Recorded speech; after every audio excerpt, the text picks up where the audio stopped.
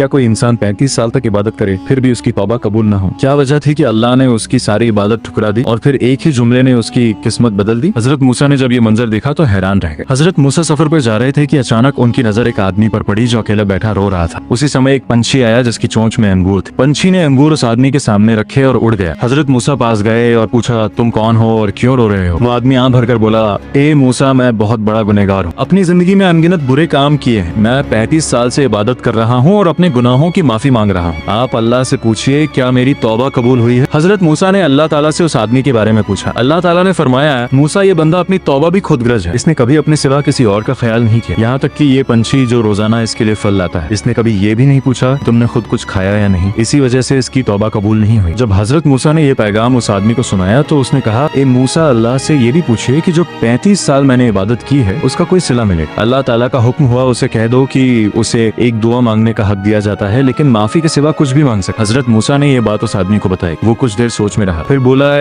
मूसा, अपने रब से कहो कि मुझे इतना बड़ा कर दे कि जब मैं जहन्नुम में जाऊं तो इतनी जगह घेर लूं कि किसी और के लिए वहां जगह ना बचे। ये सुनकर हजरत मूसा मुस्कुरा दिए और अर्ज किया, अल्लाह, मैं ऐसे क्या जवाब दूं? अल्लाह ताला का हुक्म हुआ है, मूसा, अब तक इसे मेरे एक पंछी की परवाह नहीं, लेकिन आज इसने पहली बार अपने सिवा दूसरों के लिए सोचा है। उस दिन पता चला अल्लाह को सिर्फ इबादत नहीं, दिल की सच्चाई और दूसरों की फिक्र भी प्यारी है। जिस इंसान ने पहली बार अपने लिए नहीं दूसरों के लिए सोचा, उसी पल उसकी रहमत के दरवाजे खुल गए। तो सोचिए, कहीं हमारी इबादत में भी सिर्फ मैं तो नहीं।